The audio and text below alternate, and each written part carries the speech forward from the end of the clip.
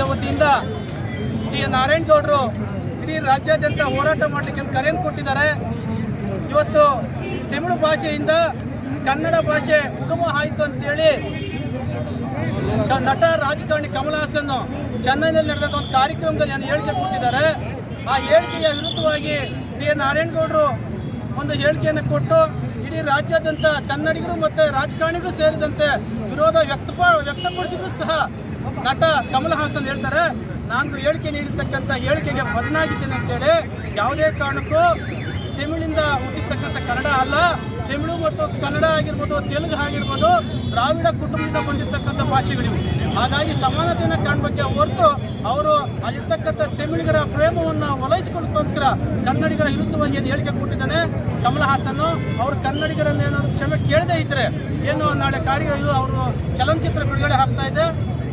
5ನೇ ತಾರೀಕು ಚಲನಚಿತ್ರ ಟೆಕ್ ಲೈಫ್ ಅಂತ ಹೇಳಿ ಬಿಡುಗಡೆ ಆಗ್ತಾ ಇದ್ದಾರೆ. ಆ ಚಲನಚಿತ್ರವನ್ನು ಯಾವುದೇ ಕಾರಣಕ್ಕೂ ನಾವು ಪ್ರದರ್ಶನ ಮಾಡಲಿಕ್ಕೆ ಬಿಡೋದಿಲ್ಲ. ಈಗಾಗಲೇ ನಾರಾಯಣಗೌಡರು ಎಚ್ಚರಿಕೆಯನ್ನು ಕೊಟ್ಟಿದ್ದಾರೆ. ವಿತರಕರು ಏನಾದರೂ ಒಂದು ವೇಳೆ ಅವರೇನೋ ಪ್ರದರ್ಶನ ಮಾಡಿದರೆ ನಾವು ಚಲನಚಿತ್ರ ಬಗ್ಗೆ ನಾವು ಹೊಡಿತಕ್ಕಂಥ ಕೆಲಸವನ್ನು ಕರ್ನಾಟಕ ರಕ್ಷಣಾ ವೇದಿಕೆ ಮಾಡ್ತದೆ ಅಂತೇಳಿ ಇವತ್ತು ಎಚ್ಚರಿಕೆಯನ್ನು ಕೊಟ್ಟ ಇವತ್ತೇನು ಹೋರಾಟ ಮಾಡ್ತಾ ಇದ್ವಿ, ಇದು ಶಾಂತಿಯುತವಾಗಿ ಪ್ರಾರಂಭವಾದಂಥ ಹೋರಾಟ. ಯಾವುದೇ ಕಾರಣಕ್ಕೂ ಯಾರೂ ಸಹ ಈ ಥರ ಆಗಿಂದ ಹಾಗೆ ಭಾಷೆಗಳ ಬಗ್ಗೆ ಮಾತಾಡ್ತಕ್ಕಂಥದ್ದು ಅಲ್ಲ.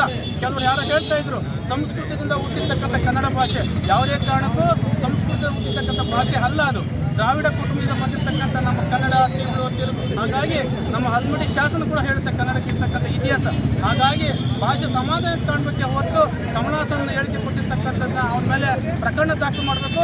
ಅವನಿಗೆ ಕೂಡಲೇ ಕನ್ನಡಿಗರನ್ನ ಕ್ಷಮೆ ಕೇಳದೆ ಹೋದೆ ಕರ್ನಾಟಕ ರಕ್ಷಣಾ ವೇದಿಕೆ ಯಾವುದೇ ಕಾರಣಕ್ಕೂ ಆ ಚಲನಚಿತ್ರ ಬಿಡುಗಡೆಗೆ ಅವಕಾಶ ಕೊಡೋದಿಲ್ಲ ಅಂತೇಳಿ ಈ ಸಂದರ್ಭದಲ್ಲಿ